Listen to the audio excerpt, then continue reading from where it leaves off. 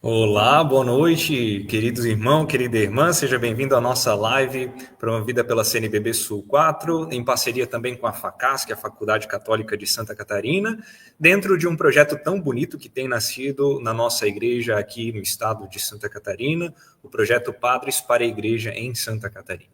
Nessa noite nós queremos nos juntar para refletir, para meditar e ouvir, rezar um pouco o tema da esperança e da cultura vocacional. Quero, antes de tudo, saudar com uma imensa alegria, com uma grande gratidão, aquele que será o nosso assessor dessa noite, Dom Pedro Brito Guimarães, arcebispo de Palmas, no Tocantins. Sua presença é motivo de grande alegria para cada um de nós, uma grande honra podermos ouvi-lo essa noite. Obrigado, Dom Pedro, por também ter aceitado essa empreitada vocacional, não é? Saúdo também com carinho aqueles que nos acompanham, os que estão online. Eu sou o padre Alexandre Amorim, sou padre da Arquidiocese de Florianópolis, formador aqui do Seminário Menor e também coordenador desse projeto bonito, o projeto Padres para a Igreja em Santa Catarina. Bem, gostaríamos de dar algumas orientações técnicas, então, ao público. Nós pedimos que você, que está nos acompanhando, registre aí no site, né, no nosso chat, a sua cidade, a sua paróquia, de onde está acompanhando, qual a pastoral que você está envolvido, para que nós possamos conhecê-lo também e para que as outras pessoas possam conhecê-lo e trocar essa comunhão vocacional que temos aí daqueles que nos acompanham. Ao longo da conferência, você também poderá escrever algumas perguntas no chat, que serão respondidas pelo Dom Pedro em um momento oportuno. Fique à vontade de fazer uma boa pergunta e de participar desse espaço de acolhida, de escuta e dessa questão tão cara que é a questão vocacional. Bem, para iniciarmos esse encontro, esse momento tão bonito de formação, nós vamos também nos colocar em atitudes de oração. Por isso, eu acolho com alegria a senhora Tânia Regina de Souza Antunes, leiga da Diocese de Criciúma, também membro do grupo de trabalho do projeto Padres para a Igreja em Santa Catarina, também membro do grupo de reflexão pastoral do Regional Sul 4 da CNBB, coordenadora do programa de extensão comunitária da FACASC. Taninha, seja bem-vinda e peço para que faça um belo momento de oração para começarmos bem esse momento. Muito obrigada, Padre Alexandre, uma alegria estar nessa noite contigo, com o Dom Pedro Brito Guimarães, que para nós é uma alegria imensa tê-lo conosco. Onde está o bispo, está a igreja, e nós temos hoje a presença do arcebispo da Diocese de Tocantins, povo bom do estado do Tocantins, povo fiel, religioso, e também queremos, com carinho, acolher aqueles que nos acompanham também do Tocantins. Nós hoje, então, temos essa primeira live, ela está dentro da nossa programação formativa do projeto Padres para a Igreja em Santa Catarina. E nós queremos nos colocar na presença do nosso Deus Trindade, que celebramos no dia de ontem, e em comunidade, elevemos a Ele a nossa oração nesta noite, em nome do Pai, do Filho e do Espírito Santo. No nosso estado, com toda a igreja do Brasil, nós rezamos sempre a dezena pelas vocações, e convido a todos para que rezemos juntos nesta noite as 3 Ave-Marias, também pensando e refletindo o nosso chamado, a nossa vocação. Ave Maria, cheia de graça, o Senhor é convosco. Bendita sois vós entre as mulheres, e bendito é o fruto do vosso ventre, Jesus. Santa Maria, Mãe de Deus, rogai por nós, pecadores, agora e na hora de nossa morte. Amém. Ave Maria, cheia de graça, o Senhor é convosco. Bendita sois vós entre as mulheres, e bendito é o fruto do vosso ventre, Jesus. Santa Maria, Mãe de Deus, rogai por nós, pecadores, agora e na hora de nossa morte. Amém. Ave Maria, cheia de graça, o Senhor é convosco. Bendita sois vós entre as mulheres, e bendito é o fruto do vosso ventre, Jesus. Santa Maria, Mãe de Deus, rogai por nós, pecadores, agora e na hora de nossa morte. Amém. E nós vamos, então, ouvir a palavra de Deus do Evangelho de Marcos. Jesus chama os primeiros discípulos. Enquanto caminhava na beira do mar da Galileia, Jesus viu Simão e André, o irmão de Simão. Eles estavam lançando a rede ao mar porque eram pescadores. Jesus lhes disse: venham após mim, e farei de vocês pescadores de gente. E deixando as redes, eles imediatamente o seguiram. Caminhando um pouco mais, viu Tiago, filho de Zebedeu, e seu irmão João, que também estava no barco consertando as redes. Jesus logo os chamou, e eles, abandonando o pai Zebedeu no barco com os empregados, foram atrás de Jesus. Palavra de salvação. Glória a vós, Senhor. Nessa leitura, esse texto bíblico, nessa narrativa, nós compreendemos o valor do chamado que temos na missão de batizados na igreja. E a partir desse chamado, nós queremos nos unir também a toda a igreja, rezando juntos a oração de Paulo VI pelas vocações. Vou pedir ao Jason que projete. Jesus, Mestre Divino, que chamastes os apóstolos para vos seguirem, continuai a passar pelos nossos caminhos, pelas nossas famílias, pelas nossas escolas e continuai a repetir o convite a muitos de nossos jovens. Dai coragem às pessoas convidadas, dai forças para que vos sejam fiéis como apóstolos, leigos, como diáconos, padres e bispos, como religiosos e religiosas, para o bem do povo de Deus e de toda a humanidade. Amém. Glória ao Pai, ao Filho e ao Espírito Santo, como era no princípio, agora e sempre. Amém. Enviai, Senhor, operários e operárias para a nossa messe.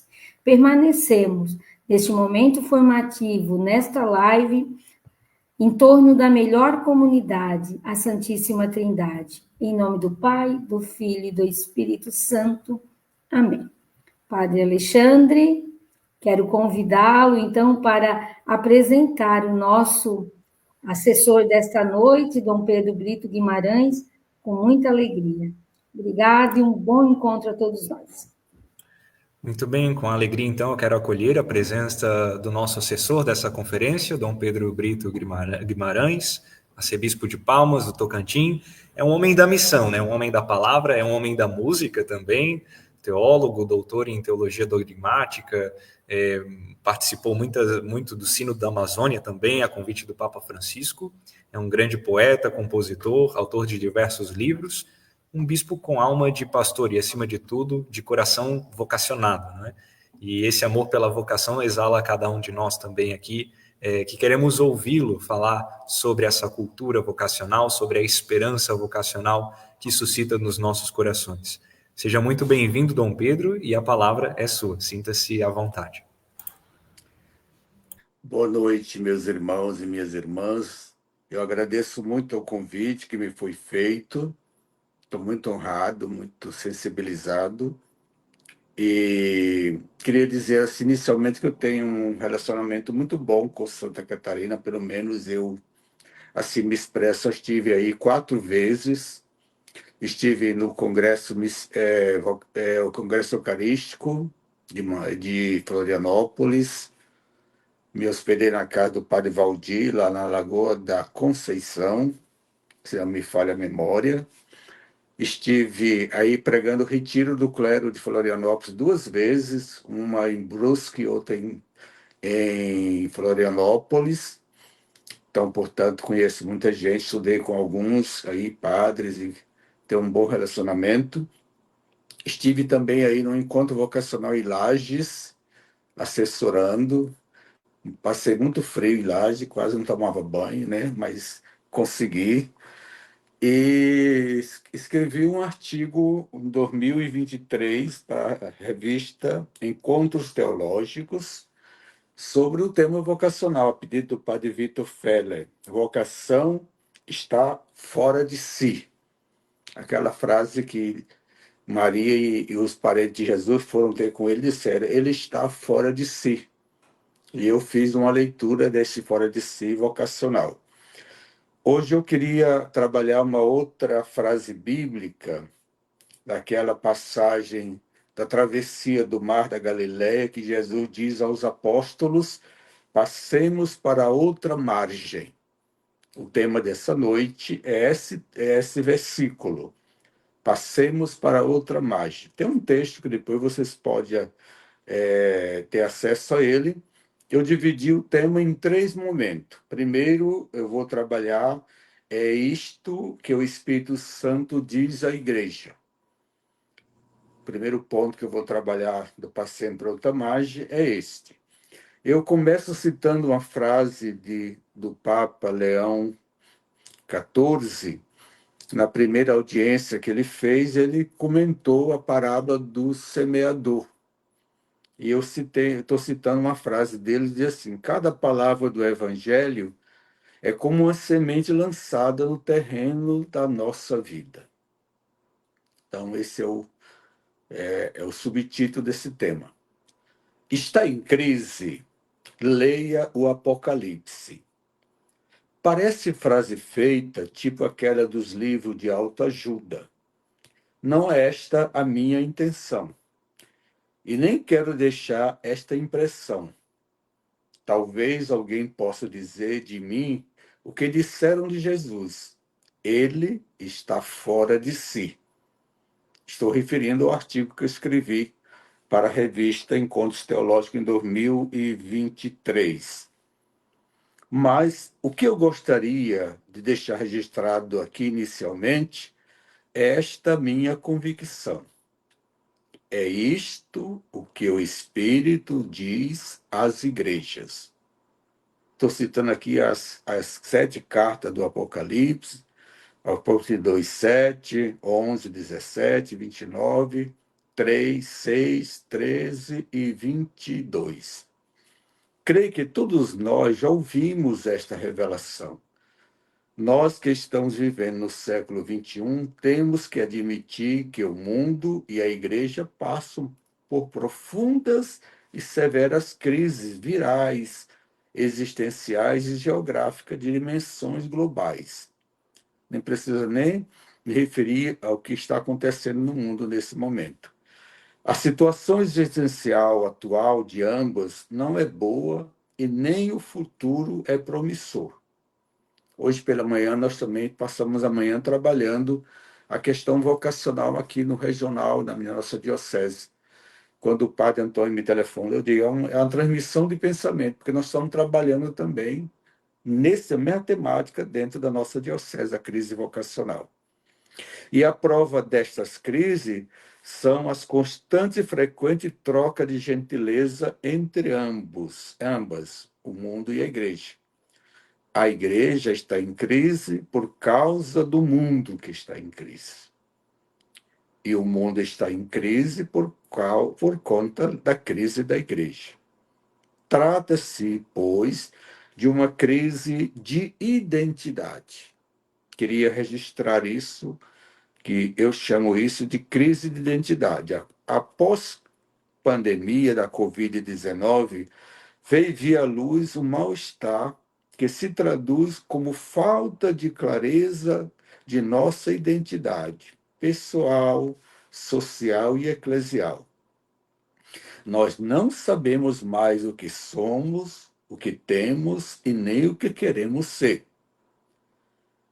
Em contrapartida, sabemos muito bem o que queremos ter: riqueza, poder e prazer. São aquelas velhas tentações de Jesus repaginadas no mundo de hoje. A tentação do poder, do ter e do prazer. O fato é que estamos nos privando de ideais espirituais e ideais espirituais maiores do que os nossos meros interesses humanos particulares. Qual é a saída para um mundo em crise, uma igreja em crise sem saída? O encontro pessoal com Jesus. O Papa São Paulo VI disse que Cristo é o nosso ponto de partida, nossa esperança e nossa meta. E o Papa atual, Leão XIV, apenas começou seu ministério e disse: queremos dizer ao mundo com humildade e alegria: olhai para Cristo, aproximai-vos dele, acolhei a sua palavra que ilumina e consola, escutai sua proposta de amor para vos tornar a sua única família. No único Cristo somos um, que é o seu lema de episcopal. No Apocalipse, Jesus é apresentado ao menos com 13 imagens icônicas.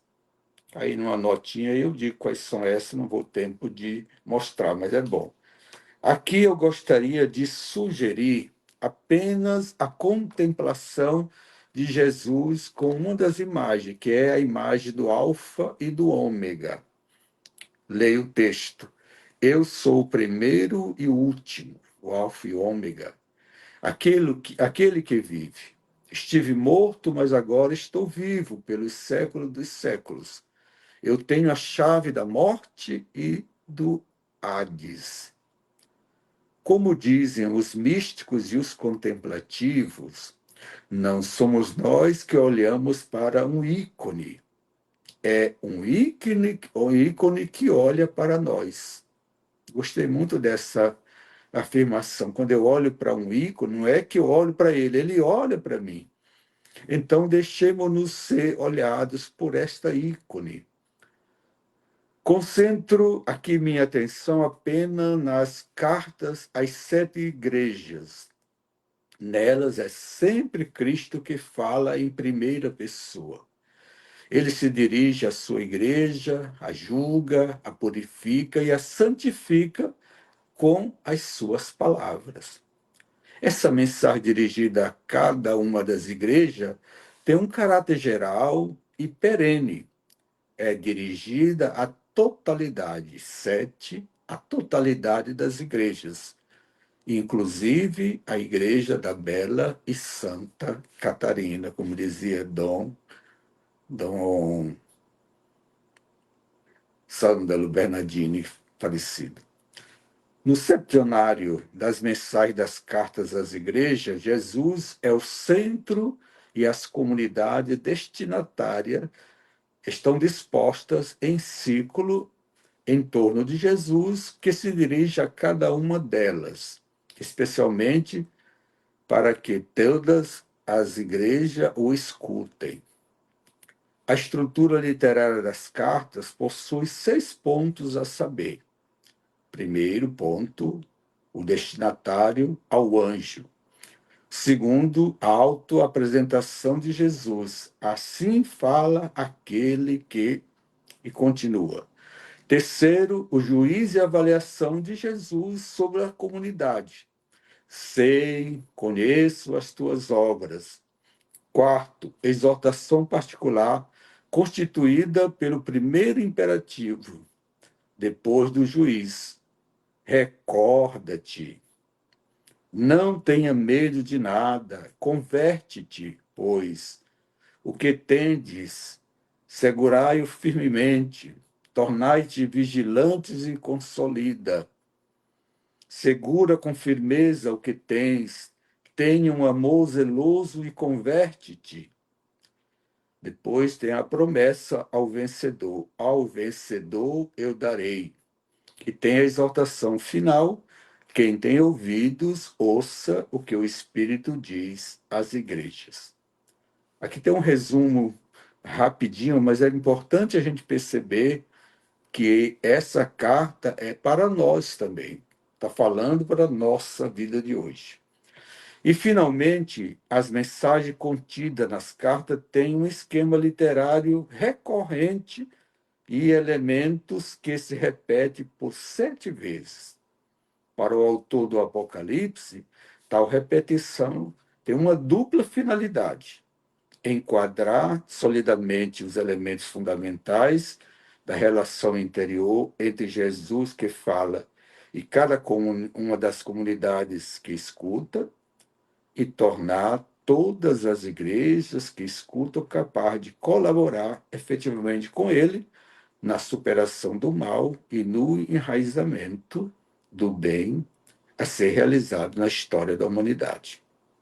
Portanto, vale reforçar que se trata de uma mensagem septiforme, enquanto toca a situação vida e a concreta das comunidades, porque tende a abraçar todas as comunidades e também as igrejas de todos os tempos. Por fim, o Espírito fala a todas, depois que cada um escuta a mensagem específica e acolheu o próprio imperativo que visa transformá-la. A mensagem endereçada ao anjo da igreja, mas o discurso de respeito a toda a igreja, inclusive a igreja de Santa Catarina. Anjo e igreja, sob esse aspecto, coincidem, se equivalem e interagem. A igreja, entendidas na sua estrutura concreta, com seus problemas, suas luzes, suas sombras, está nas mãos de Jesus Cristo, que a purifica e a habilita para escutar o Espírito. O Espírito fala às igrejas através da mensagem que o autor transmite a elas. Portanto, como já afirmei anteriormente, tempo de crise é tempo de uma boa leitura do Apocalipse. Esse é a minha primeira contribuição. Ele, o Apocalipse, é o livro do Cordeiro Imolado, o vivente e o vencedor, e também o livro da consolação e da esperança cristãs. Em todas as formas, em todas as fases das crises, no Apocalipse, Cristo é o vencedor. Quaisquer projetos de qualquer igreja, Jesus Cristo é a solução e a salvação. Pergunto, o que realmente o Espírito Santo está dizendo à igreja de Santa Catarina? O segundo ponto é sobre o ote profético vocacional de Jesus. Essa palavra ote significa ato, significa símbolo, significa ação, significa gesto, significa atuação. Eu cito novamente o Papa Leão XIV, ele diz, naquela primeira catequese sobre a parábola do semeador, ele diz: a palavra de Jesus é para todos, a sua palavra fascina e intriga. Jesus é o teopoeta, criador de atos, gestos, ações, palavras, frases e poesias propriamente suas, como as chamadas ipsíssimas verbas de Jesus. Eu sou o bom pastor. Olhai os lírios do campo. É impossível não pensar que Jesus tenha dito isso, porque são frases poéticas que são próprias dele mesmo. Jesus falava com as suas ações e as explicava com as suas palavras, como na multiplicação dos pães e dos peixes e como na última ceia. Ele tomou o pão, partiu, é a ação, depois ele explicou: tomai e comei todos vós. Então ele faz muito isso. Seus votos simbólicos e proféticos são apreciados, recriados, atualizados e interpretados pelos tempos infindos no mundo cristão e até no mundo não cristão. A morte do Papa Francisco, bem como a eleição de Leão XIV, criaram uma verdadeira catarse e mostraram que Jesus e seu evangelho ainda estão vivos e ainda são a boa notícia. E sua igreja é ainda, como diz o Papa, farol que ilumina as noites escuras deste mundo. Parece que não, mas nós temos uma força. O que aconteceu na morte desse nosso irmão e na eleição do outro é uma coisa assim para a gente pensar muito. Como há muito interesse na divulgação das coisas da nossa igreja. Já dizia o poeta português Fernando Pessoas que navegar é mais preciso do que viver. Preciso significa eu navego mais e chego mais aonde eu quero do que viver. Viver é, no fundo, menos preciso do que navegar em alto mar. E é isto o que o Espírito diz às igrejas. No documento final do Sínodo para a Amazônia, há um texto que diz: o rio não nos separa, nos une e nos ajuda a conviver entre diferentes culturas e línguas. A gente pensa que o rio separa, mas o rio une. Porque tudo está inteiramente interligado. O rio une e não divide as duas margens. O rio se comunica igualmente margem direita com a margem esquerda. Khalil Gibran tem um texto muito bonito, quase como uma cantilena orante. Dizem que antes de um rio entrar no mar, ele treme de medo. Olha para trás, para toda a jornada que percorreu, para os cumes, as montanhas, para o longo caminho sinuoso que trilhou através de florestas e povoados, e vê à sua frente um oceano tão vasto que entrar nele nada mais é do que desaparecer para sempre. Mas não há outra maneira. O rio não pode voltar. Ninguém pode voltar. Voltar é impossível na existência. O rio precisa se arriscar e entrar no oceano. Somente ao entrar no oceano, o medo irá desaparecer, porque apenas então o rio saberá que não se trata de desaparecer no oceano, mas tornar-se oceano. Os evangelistas, Marcos, capítulo 4, 35, 41, e Lucas 8, 22 a 24, Mateus também cita, mas ele faz uma outra interpretação. Usa esse ódio simbólico e profético de Jesus, tipo aquele das parábolas do tesouro escondido, da pedra preciosa, que o serviço de animação vocacional das igrejas de Santa Catarina precisa vender tudo para adquiri-lo. Nossa reflexão girará em torno de 5 pilares desse barco de Jesus, navegando pelas águas, pelos rios, pelo mar, pelos riachos, córregos, não sei como é que chama por aí, lagoas e outras fontes das águas de superfície de Santa Catarina. Primeiro, a outra margem. O termo margem usado aqui por Jesus, transcrito pelos evangelistas, é considerada uma ipsíssima verba de Jesus. Ele deve ter dito isso mesmo, porque faz parte do vocabulário dele e das formas dele conduzir. O tempo cronológico é de final da tarde, a hora do happy hour. O fim do dia, como nos ensina a liturgia das horas, é o tempo que nos remete ao acaso, ao término do trabalho, à entrada da noite, ao descanso e à morte. E nos lembra a imagem do Cristo orante nas caladas das noites. Nas vésperas, refletimos sobre a luz, que é o próprio Deus, que vai deixando espaço à esperança, ao agradecimento a Deus e ao pedido de perdão, com esta certeza: já não será o sol a tua luz durante o dia, nem a claridade da luz será a tua luz durante a noite, porque o Senhor será a tua luz eterna. Isaías e Apocalipse. No final desse dia, no final do dia, encerramento do expediente missionário, Jesus desafia os apóstolos a irem a outra margem. Qual é a outra margem? Outra margem de quê? Por quê e para quê? A outra margem é a terra chamada de Traconíades, terra estranha dos pagãos. Jesus convida os discípulos a saírem da terra conhecida e habitada e a irem à terra desconhecida onde habita estranhos e pagãos. Deus está também na outra margem.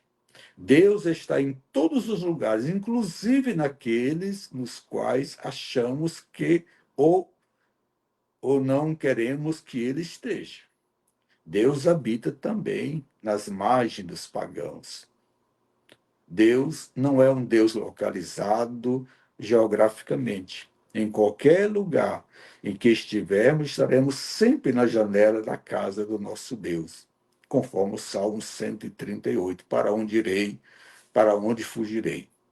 Diz um santo padre da igreja que um dos maiores pecados do mundo é o pecado da inveja e do ciúme de Deus. O que nos vem em mente quando ouvimos Jesus dizer: passamos para outra margem?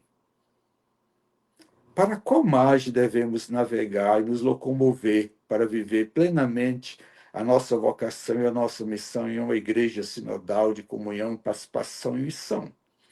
Quais são os nossos maiores medos e maiores temores pastorais, vocacionais e missionários para atravessar para outra margem?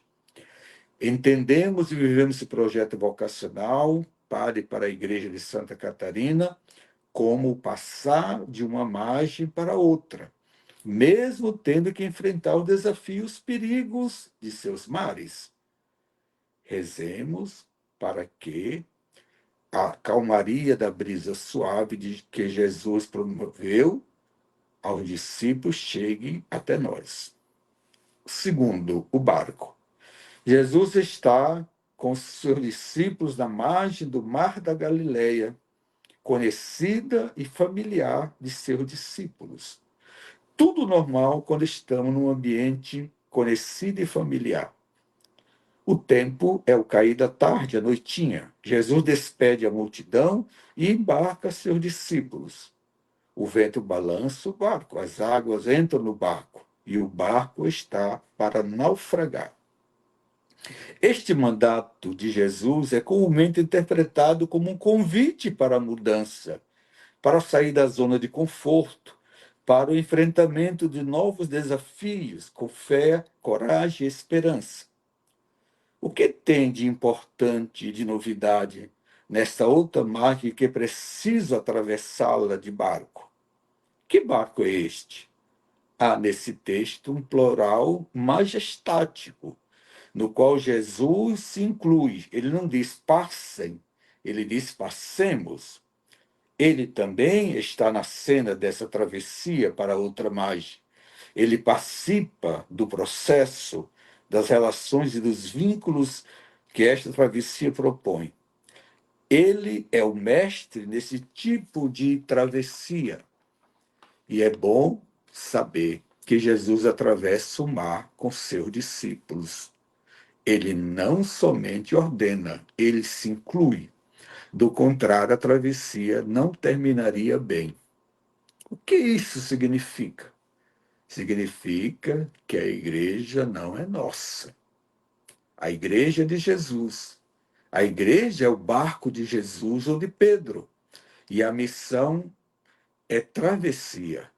Jesus é o condutor principal. O barco é o instrumento de Jesus para nossas travessias. Este é um ótice simbólico e profético, como um recurso que Jesus utilizou para conduzir seus discípulos para outra margem.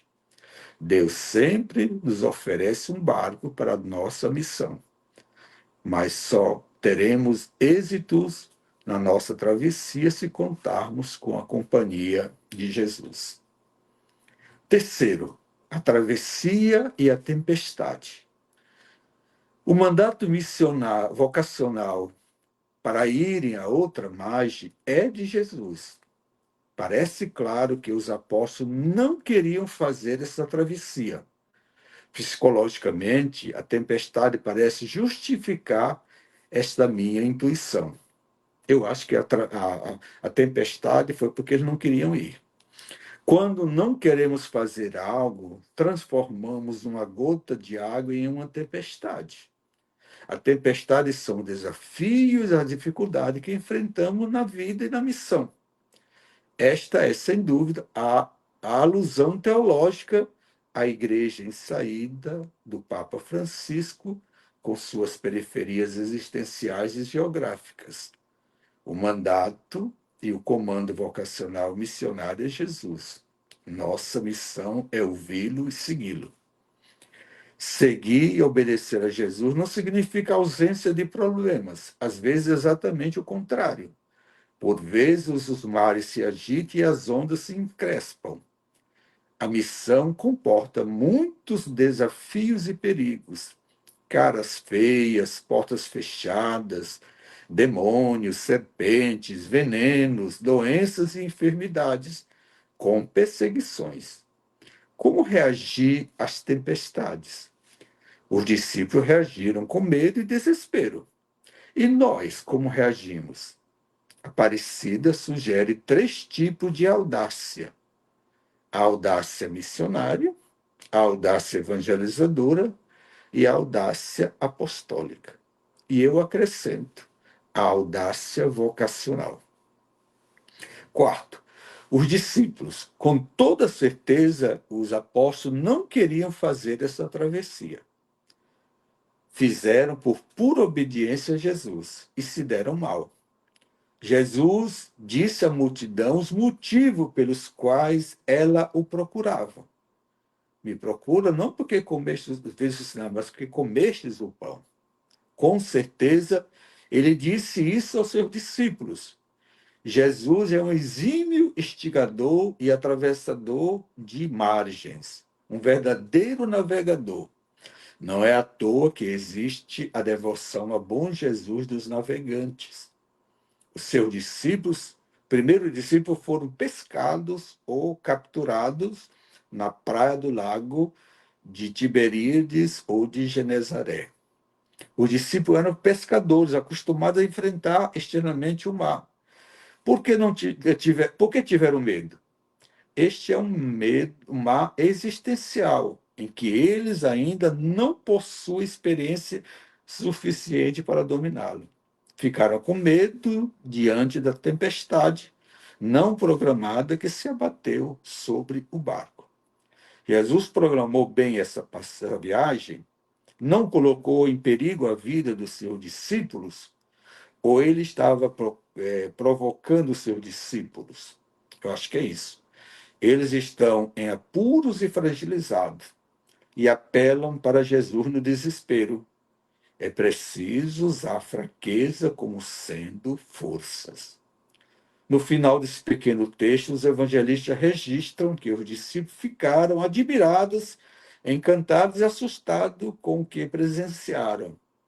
Quem é este que até o vento e o mar obedecem? Saboreemos essa paz do mar da Galileia nas nossas vidas. Sintamos-nos tocar a brisa suave da presença de Jesus em nossas vidas. Calemos diante desta cena desafiadora e peçamos a Jesus. Acalme, Jesus, o vento e o mar das nossas dificuldades e ansiedades vocacionais. Repitamos quantas vezes forem necessárias. Jesus adormecido. É o último ponto. Jesus é um exímio criador de óti proféticos. Pode parecer até metáfora, que seja, não importa. O que importa é que, às vezes, somos nós que adormecemos Jesus quando somos uma igreja sem ânimos, sem unção, sem mística e sem criatividade no espírito. Jesus dorme quando somos autossuficientes e autorreferenciais e o descartemos.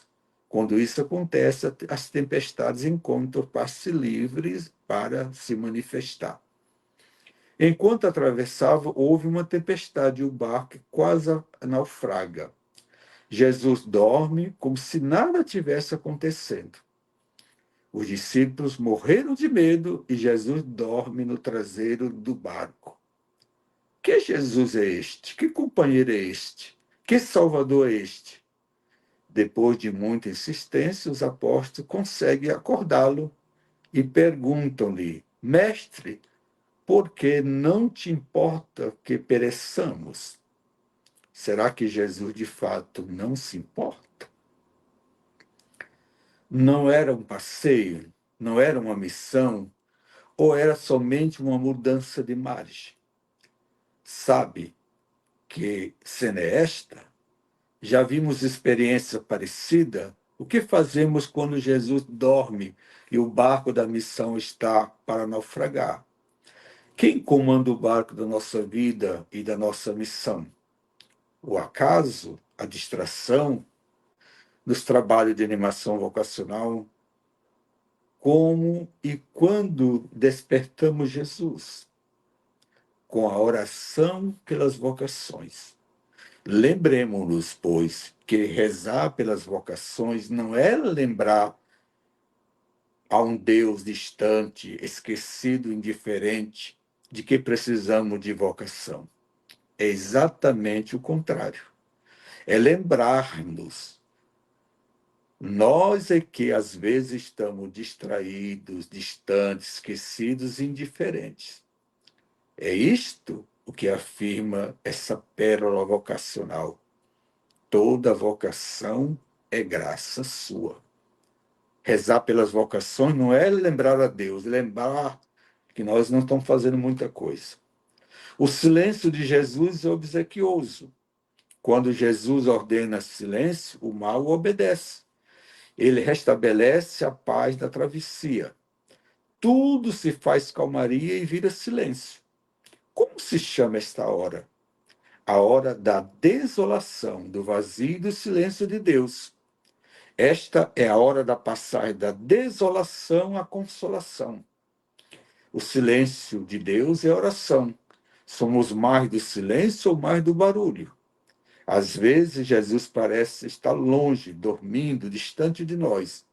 Os medos e as crises interiores são maiores e piores do que os medos e as crises exteriores. Provocam insegurança e crise de fé e vocacional. Muitos desistem aqui, abandonam o barco. A cena dessa travessia, no qual o barco afunda e Jesus dorme, é muito parecida com a travessia de Jonas, fugindo da missão para Tarsis. Realmente, os ventos impetuosos despedaçam as naus de Tarsis, como diz o Salmo 47. Nesta cena, Jonas também dormia durante a tempestade, enquanto os marinheiros, que eram pagãos, invocavam seu Deus. Jonas, o único que cultivava o Deus verdadeiro, dormia. Os marinheiros foram mais dóceis à voz de Deus do que Jonas, o seu profeta. Jesus deixou o sinal de Jonas a quem lhe pedia um sinal. Jesus, no entanto, é maior do que Jonas. Qual é o ódio profético simbólico que Jesus está mostrando à igreja de Santa Catarina? Último ponto. Padres para a igreja de Santa Catarina. Citando Leão XIV, a palavra de Deus fecunda e suscita cada realidade. Li brevemente, com interesse, o audacioso projeto vocacional que os senhores e as senhoras estão elaborando para as igrejas de Santa Catarina. Percebi que ele possui as suas inspirações e manifesta a corresponsabilidade das igrejas locais para serem uma sintonia das vocações. Às vezes, nos acomodamos diante das dificuldades da vida e nos acovardamos diante de suas dificuldades. Barriga cheia parece nos acomodar. Caminhar de barriga cheia é um empecilho. De que Santa Catarina está de barriga cheia? Quais são os obstáculos existenciais, culturais, ambientais, eclesiais e vocacionais que não nos desinstalam? Como estão os barcos dos bispos, dos padres, dos diáconos, dos consagrados masculinos e femininos e dos leigos? Estão ancorados em qual cais? Em que cais? Existem na nossa vida várias margens, conhecidas ou desconhecidas, consideradas ou desconsideradas, constituídas ou desconstituídas, aceitas ou não aceitas, queridas ou recusadas, que precisam ser abandonadas. Quem não quiser passar desse projeto para outra margem, pode ficar na sua margem, conhecida e familiar, mas deve assumir as suas consequências. Toda opção ou decisão tem um preço a ser pago. Toda decisão é uma cisão. A palavra decisão está contida a palavra cisão. Quando a gente decide, faz uma cisão. E a outra margem é similar ao agito do mar, ao vendaval e ao naufrágio de um barco. Tudo se volta e se revolta contra quem investe nesse cenário. Por causa do pecado do mundo, Jesus deu-nos a sua vida. O preço do pecado é a morte do mensageiro de Deus. Creio que esse projeto vocacional do Regional Sul 4 não poderia deixar de ter Jesus como fundamento. Onde Jesus é o centro, ali florirão vocações. Eu tinha um professor chamado de Triarca, acho que alguns conhecem. Ele dizia assim para nós: reze a missa todos os dias e você terá vocação. Não reze o ré de qualquer jeito que você não terá vocação. Ele é o primeiro promotor vocacional e o criador da oração pelas vocações. Estou citando Mateus 9:37. A igreja é dele. Nós somos os seus servos, os trabalhadores da sua vinha. Como os apóstolos, podemos dizer a Jesus: Mestre, não te importa que pereçamos? Talvez seja este o grito de desespero e de socorro que podemos fazer a Jesus. Certamente não será o único e o possível. Caros irmãos e caras irmãs, já terminando, se me permitem, deixo aqui registrado uma sugestão para o projeto vocacional da Igreja de Santa Catarina, Nasça, Floresça e Dê Fruto. 2 atitudes e 3 olhares são necessários. Primeira atitude, marque aí, a proximidade com os vocacionados, com os meninos, com os guris, com os rapazes e adolescentes. A segunda atitude, o encantamento. Fale de vocação com encantamento. O primeiro olhar amoroso. Olhe para as futuras gerações com amor. Segundo olhar cuidadoso. Veja que tem coisa que precisa cuidar desses meninos, essas meninas. E o terceiro olhar, um olhar esperançoso. Conclui esse breve artigo com um documento de Aparecida, que quase termina, não é o último número, quase o último número, termina com esta sentença. Eu gosto muito. Conservemos a doce e confortadora alegria de evangelizar. Não através de evangelizadores tristes e desalentados, impacientes e ansiosos, mas através de ministro do Evangelho, cuja vida irradia o fervor de quem recebeu, antes de tudo, em si mesmo, a alegria de Cristo. Passemos para outra margem. Que o Senhor nos abençoe nessa travessia. Muito obrigado. Amém.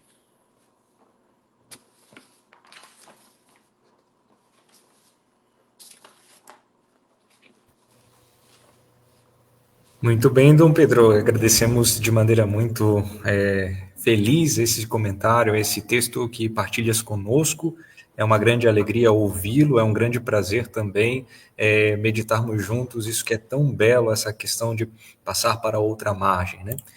De antemão, eu já gostaria também de dar as boas-vindas e agradecer a presença de todos que estão nos acompanhando. Já tivemos até a presença de 100 pessoas ao mesmo tempo na nossa live, que é um número muito bom.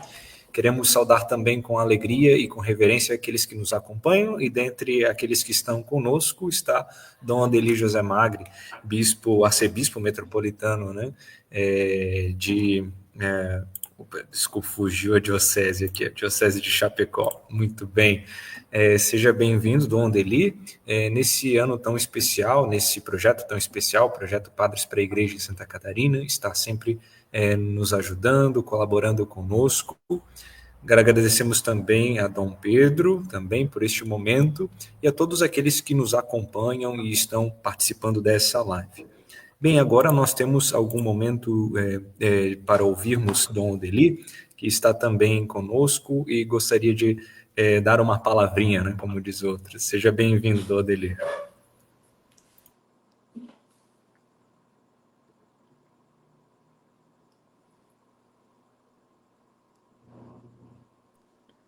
Tem que ligar o microfone. Microfone. Obrigado, Padre Alexandre, obrigado, Dom Pedro, boa noite.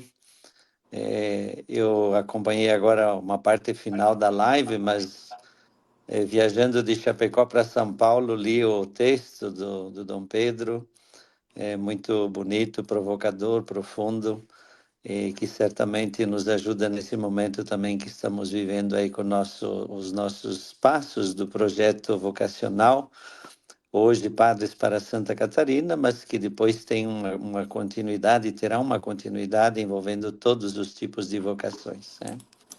Eu inclusive, cheguei agora há pouco em São Paulo, estou viajando rumo a Moçambique, onde irei visitar o nosso projeto Missão Adigentes, Missão Além Fronteiras, né, em comunhão na fase inicial com o Rio Grande do Sul, Sul 3, mas sobretudo agora já com o nosso Padre Josimar de Florianópolis, que está lá já há mais de um ano, e que vamos firmar esse convênio para que depois a nossa equipe do Sul 4, Santa Catarina, possa ir se integrando e assumir especificamente uma das missões lá, né?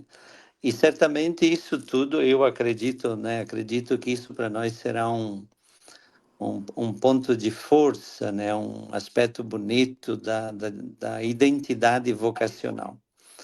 Esse olhar para as necessidades da ação evangelizadora, né? Das nossas igrejas particulares, das nossas igrejas locais, mas sempre com essa dinâmica também e esse espírito do adigentes ou das situações de fronteira no contexto das nossas igrejas, né?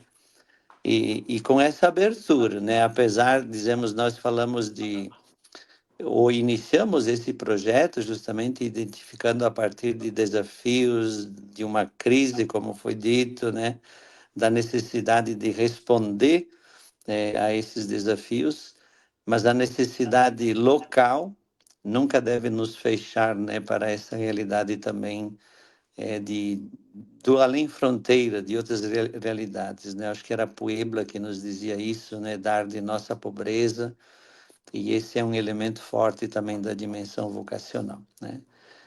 Então, dizer uma palavra, né, certamente a reflexão do Dom Pedro foi provocadora no sentido que a grande pergunta é o que o Espírito diz hoje, né, às nossas igrejas, o Regional Sul 4, Santa Catarina, nessa dimensão vocacional e não só, né, porque a vocação, no fundo, é fruto de toda uma vivência, de um testemunho, de um anúncio, né?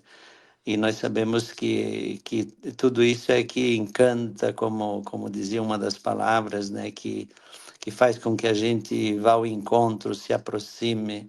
É isso que vai ajudar e vai, dizemos, ter uma resposta, né, às nossas necessidades na ação evangelizadora da nossa igreja.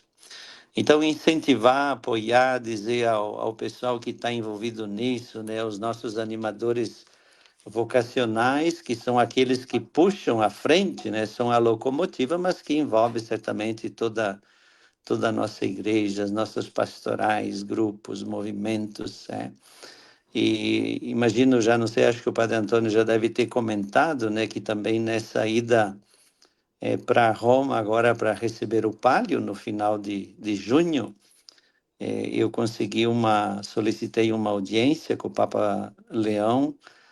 Vamos ter essa audiência com ele e vamos entregar em mãos para o Papa Leão esse projeto missionário ou projeto vocacional Padres para Santa Catarina.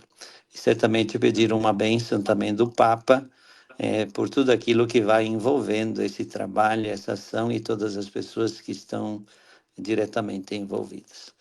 Então, um abraço a todos, agradecer a todos que estão presentes e participando. Eu vi que tem gente também fora do regional, vi um alô aí da irmã, aí me fugiu o nome agora,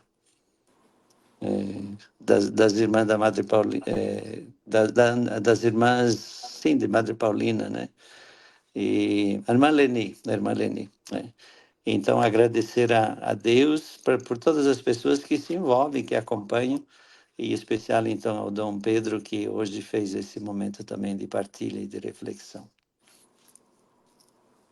Muito bem, muito obrigado, Dom Delir, né? Nós reforçamos também a gratidão de o senhor fazer esse esforço de, no meio da sua viagem a Moçambique, estar conosco participando dessa live. Nosso muito obrigado de coração. Bem, agora, se Dom Pedro nos permite, né, nós estamos abertos a algumas perguntas, Dom Pedro. E tem algumas perguntas bem interessantes. A primeira é do diácono Lídio Luiz Manetti. Ele diz: Jesus é o comando para o outro lado da margem. Pergunto, por que, assim como os discípulos, os jovens de hoje resistem tanto em responder ao chamado de Deus? Como igreja, onde nós estamos falhando? Muito obrigado, diácono. Deus abençoe, né?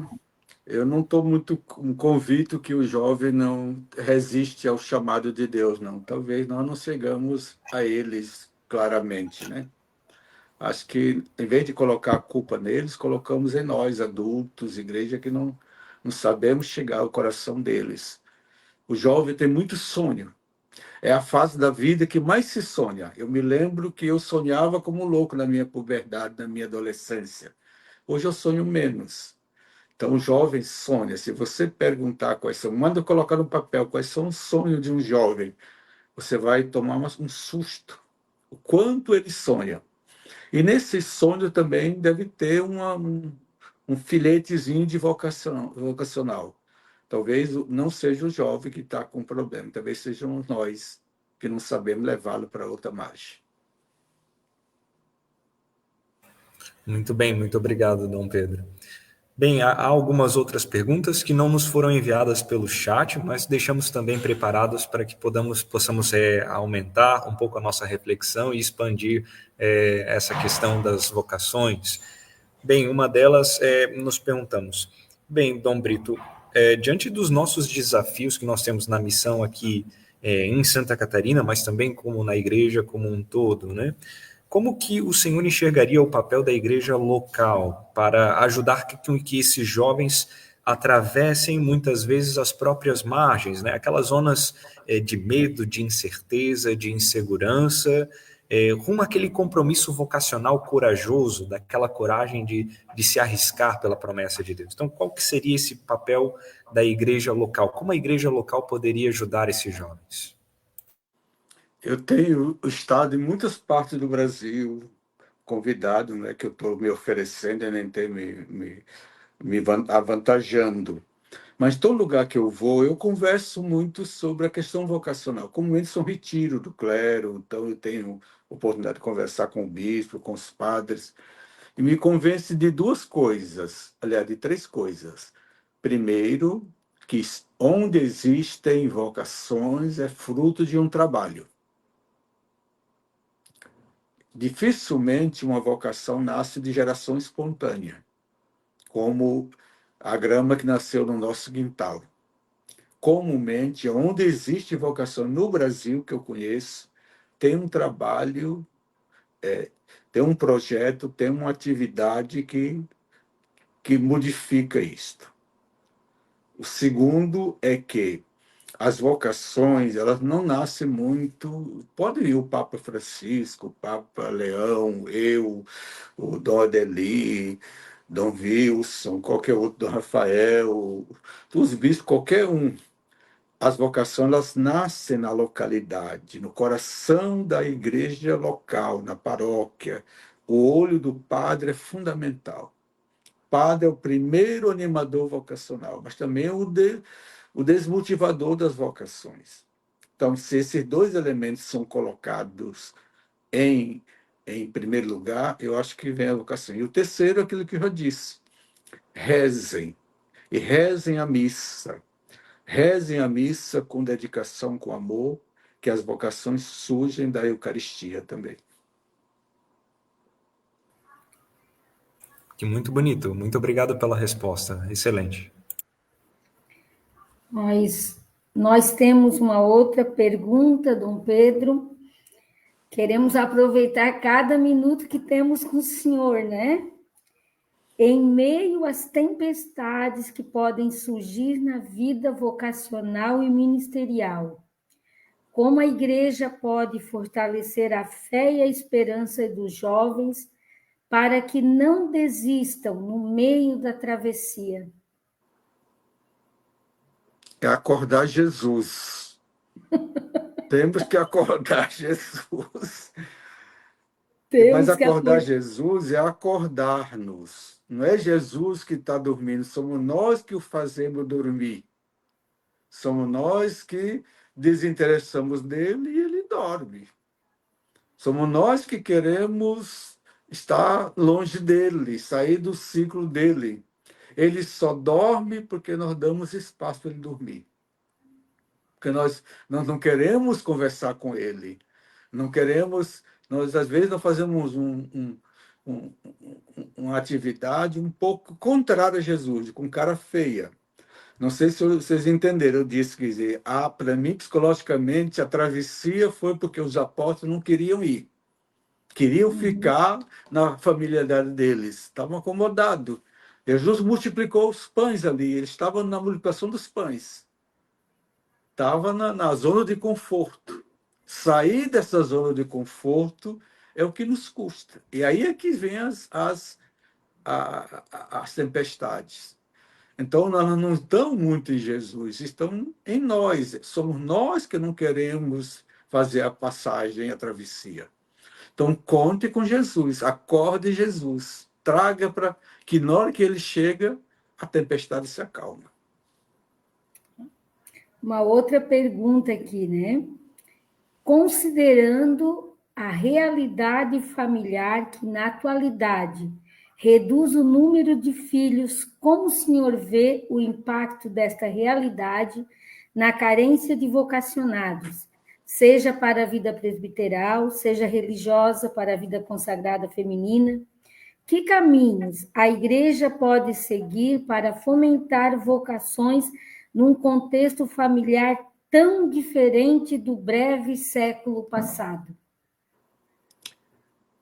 Eu acho que as famílias são um impedidor das vocações. No sentido assim, aqui nós acompanhamos vários jovens para entrar no propedêutico. Enquanto estão no primeiro ano, segundo ano, aí os pais o que é que faz? Faça o Enem, faça o vestibular, faça não sei o quê. E aí, quando faz, eles forçam a criança a entrar. Em vez de ir ao seminário, já tá, então já vai entrar porque já passou no vestibular. Mas quem foi que insistiu para eles fazerem? São os pais, são os genitores. Então, muitas vezes, os pais são. E o que é que eu sugiro? Coloque a oração vocacional dentro da casa daquela família. Faça com que ele tenha essa oração, que eles rezem lá dentro.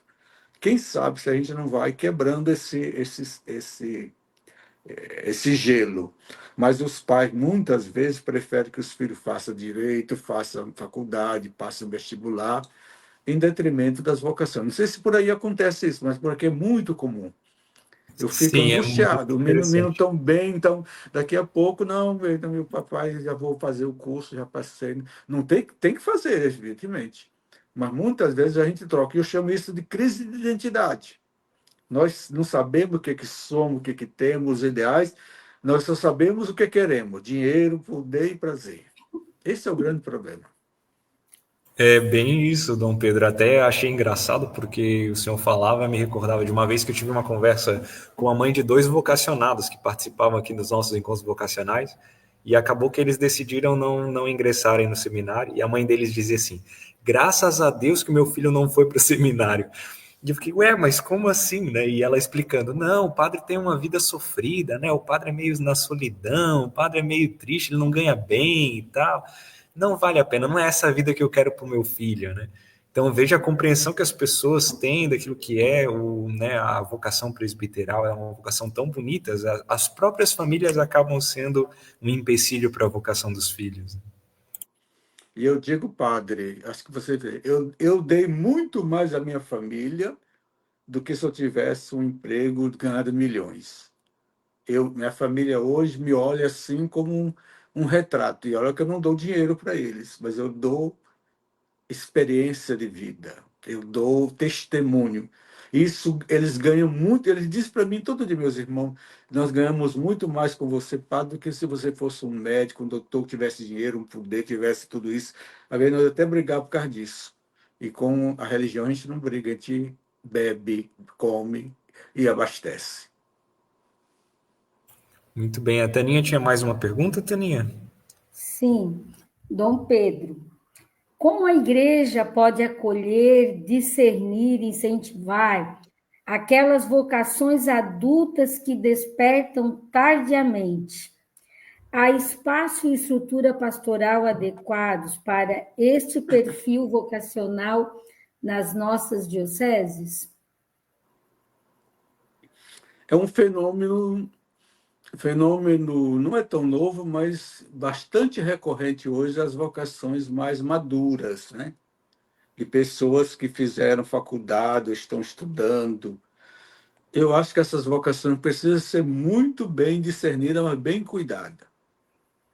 As vocações é como uma plantinha. Se você planta dá uma sementinha, mas não tem um espaço, não tem um ambiente onde ela cresça, ela vai morrer. Nós falamos da família há pouca hora. A vocação é uma plantinha, está plantada ali, mas no ambiente que ela está nascendo não favorece. Essas pessoas hoje, com currículo, com estudo, se não for fuga, se não for um escape, são pessoas que podem muito bem contribuir com a igreja. Eu gosto muito desse tipo, valorizo muito. E quando eu vejo uma pessoa nessa busca, eu ajudo muito, porque não é um sonho de adolescente, não é qualquer coisa, mas é realmente uma vocação purificada, né?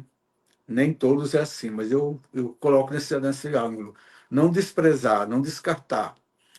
Precisa fazer a garimpagem, tirar toda a sujeira, como se fosse uma pérola, como se fosse uma pedra de ouro. Precisa tirar todas as incongruências, mas pode ser uma oportunidade também para a gente ter vocação de pessoas mais maduras também. Muito bem, temos alguns comentários também de algumas pessoas. Aqui está o comentário da Leia Arnold. Ela diz: linda reflexão, Dom Pedro Brito, a proposta da proximidade, do encantamento e olhares amoroso, do cuidadoso, esperançoso, é um verdadeiro chamado à missão com ternura e fé. Fraterno abraço, Leia Arnold. Muito bem. Aqui também uma pergunta, bem, da Eunice Aparecida da Silva. Ela diz: domingo, dia 22, teremos um encontro vocacional com 40 jovens. Mas como oferecer um caminho vocacional quando estamos inseridas dentro de uma igreja fechada, de cara feia e conservadora? Eu colocaria a questão mais espiritual. Fazer um encontro mais com característica, não encher a cabeça das pessoas. Vocações não estão muito na cabeça, não. Nós estamos trabalhando muito a cabeça. Formação é encher de ideias bonitas. trabalhem mais o coração, o sentimento das pessoas. Parem mais. Uma coisa bonita que eu falei ontem, eu estava no encontro do Bom Pastor, que são casais de segunda união. E eles não podem comungar. Proibição da igreja. Eu dizia para ele, a Eucaristia é um sacramento muito especial. A gente não só comunga, a gente adora Jesus na Eucaristia. A gente faz procissão, faz adoração, faz culto. E esses jovens que estão assim meio dispersos, se você der para ele um momento de oração, de silêncio, dê uma atividade para ele. Essa questão aqui eu não fiz, eu ia fazer para vocês. O olhar amoroso. Mostra para ele uma série de fotografias de pôr de sol, de coisa bonita, para ele se encantar por aquilo, é orar amoroso. Depois mostre um bocado de coisa destroçada aí, o que destruiu no Rio Grande do Sul, aquela coisa, o olhar cuidadoso. Como Deus criou tudo muito bonito, mas está tudo mal cuidado. E aí você coloca o olhar esperançoso. Eu faço muito essa dinâmica e com fotografia, com imagens, e os jovens vão falando, tirando deles isso. O que é que você acha aqui que está bonito aqui? O que é que você gostou, que achou bonito? O que é que está mal cuidado? Qual é o nosso compromisso? Eu acho que nesse ponto você vai encantando as pessoas. Eu acho que o encantamento está na base de qualquer trabalho vocacional. O encantamento é você se encanta com uma coisa, você desencanta das outras. Assim no casamento, no namoro. Por que as pessoas separam? Ela se desencantou da mulher, do esposo, e encantou com outra. Por que o sacerdote deixa a igreja? Porque se encantou com outra coisa, desencantou com isso. Então, o encantamento é a base de todas as vocações. Não deixe as pessoas se desencantarem. Porque se elas desencantarem, elas se encantam com outra coisa. Encantamento é a troca de um encantamento por outro. A gente tem que se encantar as pessoas. Dom Pedro, tenho uma pergunta aqui. Se eu fazer o seminário, mas depois eu não ficar padre, né? O senhor me chama para ser padre mais lá na frente. Eu preciso fazer o processo formativo novamente? O Davi está fazendo essa pergunta, né? Ele vai para o seminário, mas resolve sair, né? Se afasta, e depois, mais lá na frente, recebe o chamado de novo. Precisa passar pelo processo formativo outra vez, Dom Pedro? Aí é a questão de vocês aí é mais uma questão local de proposta, mas eu diria assim, olha, ninguém é obrigado a ser padre. Você entrou no seminário, você não é obrigado, mas se todo mundo entrasse no seminário fosse padre, não caberia e nem valeria a pena. Mas eu sempre digo assim, se você não quiser ser padre, pelo menos você seja um bom cristão. Se você for um bom cristão, já valeu a pena você passar no seminário. Se você não for um bom cristão, não vale a pena nem querer ser padre. Então pense nisso. Você descobriu que de fato não tem, ou foi um fato que aconteceu, mas você não está dispensado de ser um bom cristão. Se você for um bom cristão, agradeça a Deus que a igreja lhe ajudou a ser um bom cristão. Aí a igreja exerceu sua missão e a sua vocação também, porque o laicato também é uma vocação. Vou dizer uma coisa muito bonita que eu ouvi do Papa Francisco, na visita a de Límina. Ele disse assim, olha, Maria tem um papel especial. Ela não foi padre, ela não se ordenou, ela não é homem, ela não tem rito, ela não teve ordenação. E, no entanto, ela cativa mais as pessoas do que os apóstolos. Maria é mais popular do que Pedro, do que o Papa, do que outras coisas. Ela é uma leiga. Ela, como leiga, ela consegue entrar no coração das famílias, como mãe, como mulher, como educadora. Veja que coisa bonita, né? A vocação de um leigo é tão importante quanto a vocação de um sacerdote, quando é bem discernida, não é trocar uma coisa para outra. Mas, às vezes, você pode ser um bom leigo e um mau sacerdote. Então, prefira ser um bom leigo, um bom cristão, como Maria. Temos outra pergunta aqui, Padre Gabriel Valentim. Como ir a outra margem no trabalho vocacional, saindo das margens cômodas de ação da pastoral vocacional, no sentido de um trabalho sistemático de práticas concretas para o acompanhamento dos jovens? Eu acho que vocês já saíram de outra margem, já foram para outra margem. Esse projeto de vocês, eu chamo um sinal de que vocês não estão acomodados. Vocês estão saindo para outra margem. Não significa dizer que não tenha problema. Vocês viram, na outra margem aconteceu quase naufrágio. Mas Jesus estava lá para redimensionar as forças malignas, a força do mal. Então, não ficar no nosso submundo, nosso cantinho, nosso bem-querer, nossa simpatia. Se a gente ficar, se estiver tudo bem, está ótimo. Se não estiver bom, a gente não pode ficar onde está. É preciso que a gente dê um passo. E um passo eu chamo a outra margem do lado. Lembra que eu falei dos rios, né? Os rios, né? A outra margem é talvez até melhor do que esta. É muito mais compensador do que esta. Eu tenho experiências assim, quando eu vou para o interior, para outra paróquia, comunidade, as pessoas me recebem tão mais bem do que talvez no centro da cidade, na catedral, né? As pessoas estão muito mais sensíveis. Vêm falar, eu gostei muito da sua homilia, foi muito bom, você me ajudou. Está vendo? A gente precisa ir para esses lugares, né? Onde as pessoas estão mais sedentas, estão mais abertas ao novo, estão mais carentes. E a gente sente isso no olhar. A gente sente isso na prática. Quando as pessoas vêm atrás de você, quer fazer uma foto, quer tirar uma pergunta, quer pedir uma bênção, significa dizer que você foi para outra margem. Olha, muitos comentários, o pessoal que nos acompanha, empolgadíssimo, nós ficaríamos aqui muito mais tempo, né? Olha, Dom Pedro, qual o conselho o senhor nos daria para nós seminaristas? É um seminarista me fazendo essa pergunta, queria um conselho de Dom Pedro. Eu dou 3 conselhos. Primeiro, queira ser seminarista. Deseje ser seminarista. Depois, seja seminarista de verdade. E aí, aos poucos, você vai deixando de ser seminarista.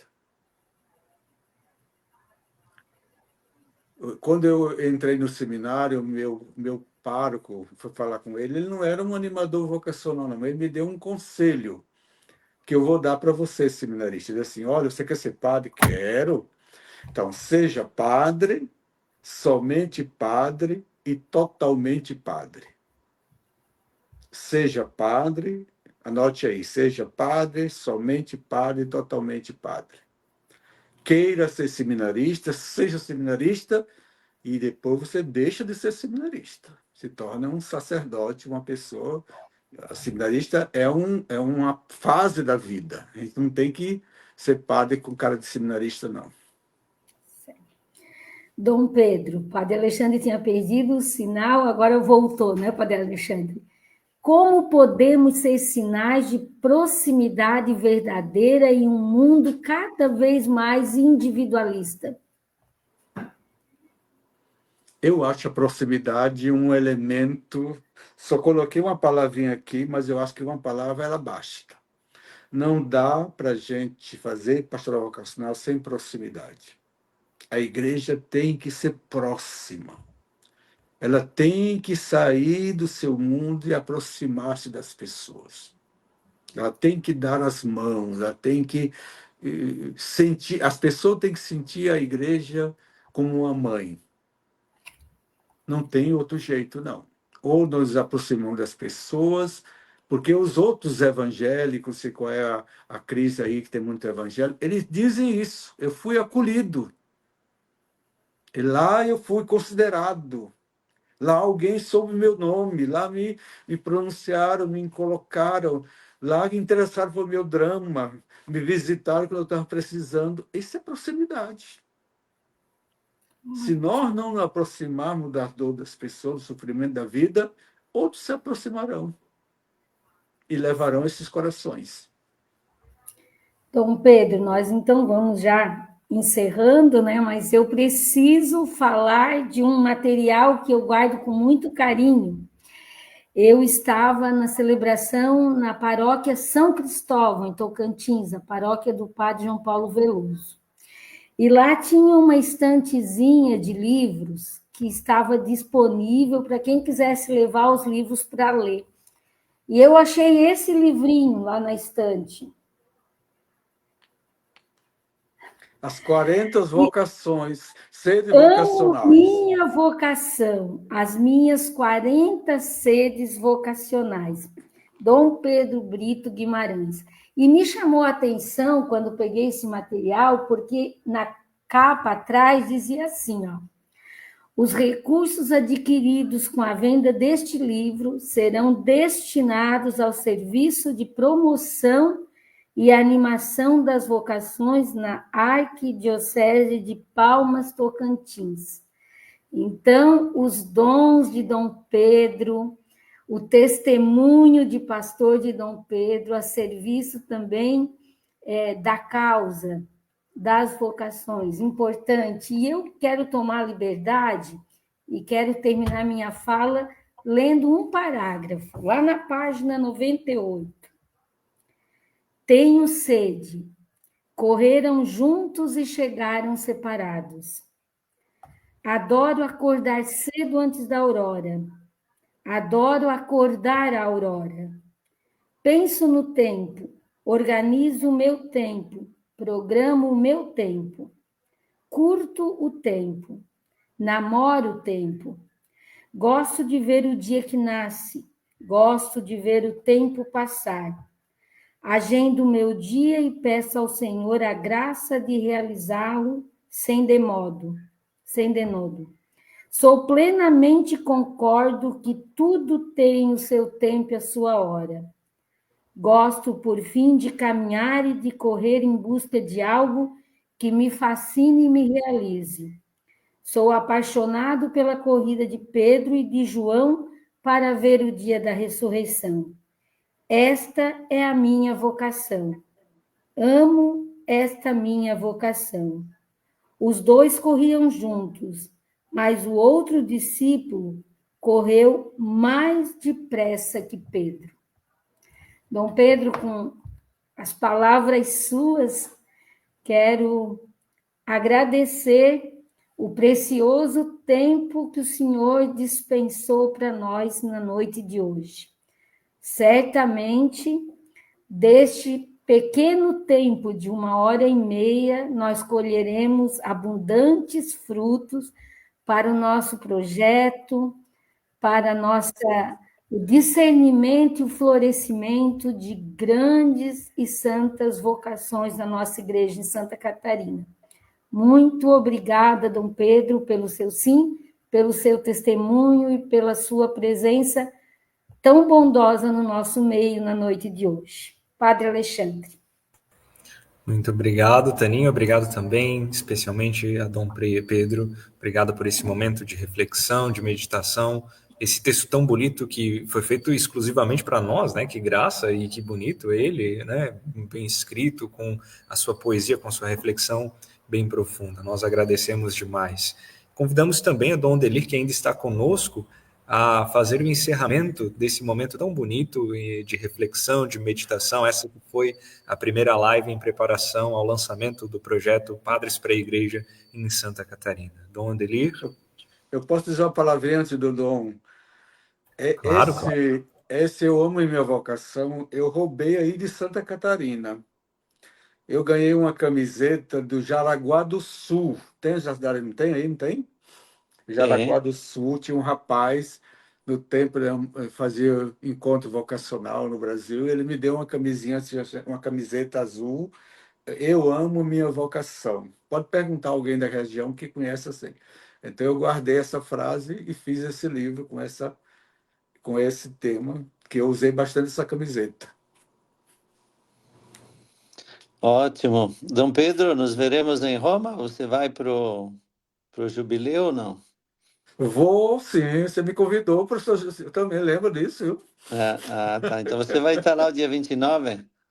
Estarei sim. Ótimo. Assim minha vocação vai ficar mais fortalecida ainda. Então agradecemos a Deus, Dom Pedro, toda a equipe aqui do Regional, as pessoas que participaram, estão participando desta live, todos que estão envolvidos também nesse projeto tão bonito. Então que Deus nos ilumine, nos acompanhe, para que esse projeto possa trazer frutos, né, para as nossas igrejas particulares de Santa Catarina, mas para a igreja também além fronteiras e do mundo todo. E assim como nós acostumamos, né, sempre a reza de uma dezena do terço ou de uma Ave Maria, vamos concluir esse encontro, então, invocando Nossa Senhora por sua intercessão, por esse projeto e por tudo aquilo que vai sendo semeado, como ajuda, como despertar, como animar esse caminho vocacional. Ave Maria, cheia de graça, o Senhor é convosco. Bendita sois vós entre as mulheres, e bendito é o fruto do vosso ventre, Jesus. Santa Maria, Mãe de Deus, rogai por nós, pecadores, agora e na hora de nossa morte. Amém. Maria, Mãe das vocações, rogai por nós. E eu peço então que o Dom Pedro nos dê a bênção. Muito obrigado pela paciência, espero não ter escandalizado vocês, viu? E tenha dito alguma coisa que preste. Aí eu queria depois uma cópia do projeto de vocês para eu copiar também aqui. Estou fazendo o nosso aí, nós estamos mais atrasadozinho, mas nós estamos na mesma barca, percebendo que as vocações estão escassas também por aqui também. O Senhor esteja convosco, Ele Ele está no está meio de no meio de nós. nós. Por intercessão da bem-aventurada Virgem Maria, Deus nos abençoe a todos nós, nos dê constância e perseverança na nossa vocação e muita alegria da transmissão da mesma e testemunho de vida, em nome do Pai, e do Filho, e do Espírito Santo. Amém. Amém. Muito obrigado, boa noite, conta Boa conosco. noite, Dom Pedro. E a gente já Boa aproveita noite. também, né, para convidar para a próxima live, a segunda live em preparação para o projeto, o lançamento, será no dia 21 de julho. Fica com você até, já coloca aí na sua agenda, né? E nos vemos até lá. Deus abençoe e uma boa noite.